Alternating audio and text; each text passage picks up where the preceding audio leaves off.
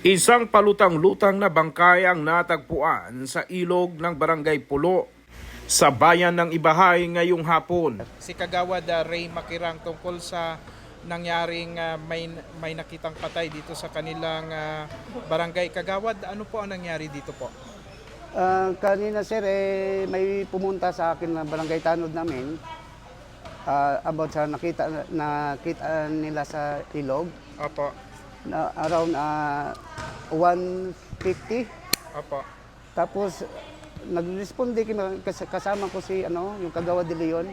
Opo. Pumunta kami doon sa ilog na sinasabi ng tanod namin. Bago pumunta kami sa ilog, inano muna namin sa MDR yung dito sa malapit sa barangay namin para mai-report na mayroong nangyayari, na mayroong nakita silang tao na nakalutang sa ilog. Ngayon lang nung dumating kami doon sa ilog, nakikita namin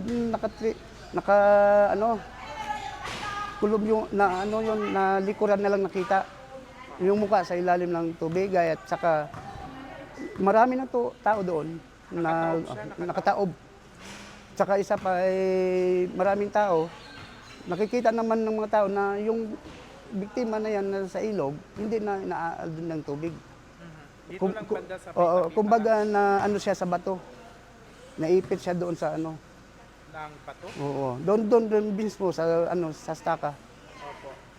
Ngayon nung dumating yung MDR, saka inahon na nila, yung nakita na suot niya ay kaapelido ko, Makirang. At saka yung nag-identify mismo, yung asawa ng pamangkin ko na, yung si uncle niyang Jomar pala yun. Jomar Makirang. Oo, Jomar Makirang. Oo. So, paano siya napunta doon sa ilog? Ito ba ay nawawala Ang namin nalaman sa doon din mismo sa lugar, dito sa amin, galing sila ng Laging Banwa na Miesta. Kasama yung pamangkin niya na pumunta doon sa katabing barangay namin sa Laging Banwa, na Miesta sila. Kailan po yan? Kahapon po. Tapos kahapon ng kaarawan kahapon. Fiesta. Araw mismo. Oo. Tapos nung hindi na nakauwi. Sabi ng pamangkin niya, hindi siya nauwi dahil si mismong pamangkin niya, tinanong ko bakit hindi umuwi. Ay lasing na raw. Tsaka isa pa, lasing din yung pamangkin niya, kaya nauna siya na umuwi. O yun. Sabi ko, bakit hindi mo inintay o hindi mo nalalayan? Kasi lasing din daw siya.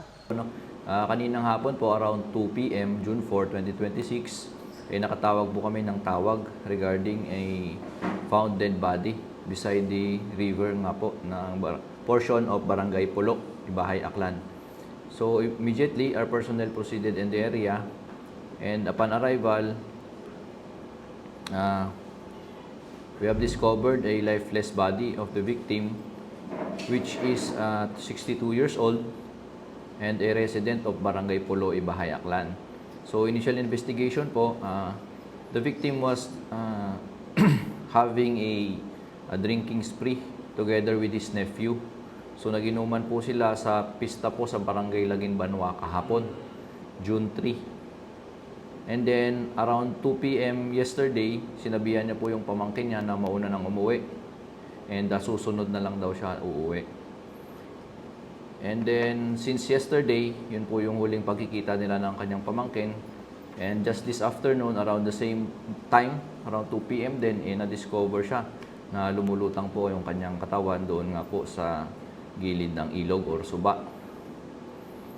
And then, further investigation, according to his half-sister, she stated that whenever the victim is consuming alcoholic beverages, he has a habit of sleeping wherever saan siya maabutan ng kalasingan niya. So, according to our investigation, it is possible that the rising tide swept him into the water. So, maaaring nakatulog po siya doon sa gilid ng suba, and then nagkaroon po ng high tide, inabot po siya. So, we have examined initially the body. Wala po tayong nakitang wounds or bruises dun sa katawan po ng ating victim. But this afternoon po, Dr. Maagma of our RHU will be conducting postmortem examination para talagang mas sure po tayo na makita natin na walang nangyaring foul play. kumbinsido po yung pamilya or nagre-request sila ng karagdagang investigation dito? Yes po, no. According sa initial natin na investigation is convinced naman po yung pamilya na walang foul play na nangyari, but we'll still conduct further investigation and babalikan po natin yung area kung saan sila nag-inuman kahapon. So yung pamangkin po kasi is hindi familiar kung saan sila uminom kahapon sa Lagin Banwa dahil nga po galing siya ng Iloilo. So bumisita lang talaga dito, nakipesta. So hindi siya familiar doon sa bahay kung saan sila nag-inom. At saka maaari na baka nag-drop by kung saang bahay na din po ang ating victim. Kaya siya talagang lasing na lasing siya kahapon. So naunang umuwi yung pinsan? Pamangkin, yung yes po. niya. Nauna pong umuwi yung pamangkin kahapon po ng hapon. Oh, okay. Sir, galing pa laging Banwa, meron silang dadaan na ilog. Dadaan sila sa ilog na yun. Pag galing po kayo ng Lagin Banwa, dire-diretso po kasi yung ilog na yan. Ang labas po niyan is Barangay Pulo din. So interconnected po yan, galing po ng Ilaya, pababa po dito sa poblasyon, sa may bridge ng tulay natin dito sa Ibahay. So from Lagin Banwa, pababa po is Pulo, Barangay Pulo, and then dito na nga po sa poblasyon. Pero yung victim, para makauwi, kailangan bang tatawid ba siya ng ilog? Ay, hindi po, hindi Hindi na po na. siya kailangan tumawid. So gilid lang sa po gilid lang ng ilog. yes po, sa riprap natin, doon sila dadaan. So, posible sir ba na lang nahulog?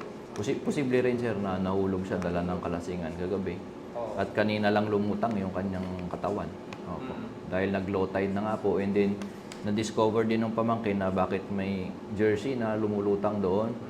Eh, na-identify nila yun ang jersey ng tito nila kahapon na suot. So yun po yung discovery po nila. Yung sabi ni yung kagawad na si Ray Makirang. Makirang, no? Bali, ano rin niya ito? Tiyo niya? Ang Opo, ganyan. opo. Oo. Eh, yung patay daw, yung katawan ng biktima, eh, parang hindi pa masyadong Hindi pa tumigas matigas. sir. Oo, tapos, so mga kailan po posible nangyari itong So incident nito? hindi pa natin talaga ma-estimate sir dahil nga po mag-undergo pa siya ng postmortem para malaman natin po yung estimated time and estimated time po ng kanyang pagkamatay. Opo. Oo, so posible drowning po itong nangyari. Yes sir, it's a possible case ng drowning po pagka wala tayong nakitang foul play. Oo. Yes po. Wala naman itong record dito na may nakaaway. So far sir, wala po siyang record dito sa amin, and then nakapagtanong-tanong na rin kami doon sa area kung saan siya na-discover. Wala naman din po siyang kaaway kasi nga po isang compound lang sila doon at halos magkakamag-anak, magkakatabi po sila ng bahay. Opo. Thank you po, Hepe. Baka meron pa po kayong nais kong parating ngayon. Yes sir, no. Good afternoon po sa ating lahat, sa mga tagapakinig. So this time of the month, marami po tayong festivities sa bawat barangay po, lalo na dito sa Ibahay. So munting paalala lang po sa ating mga kababayan na magtira po ng pang-uwi. At saka kung hindi naman po mapigilan na talagang magpakalasing, magdala po tayo ng kasama natin na tutulong sa atin sa pag-uwi. At lalong-lalo na po, reminders din, huwag po tayo magdadrive ulit ng motorcycle or ng anumang sasakyan pag tayo po ay under influence po ng liquor. So ito yung mga safety reminders po galing sa inyong Ibahay PNP. Yun lamang po. Thank you and good afternoon.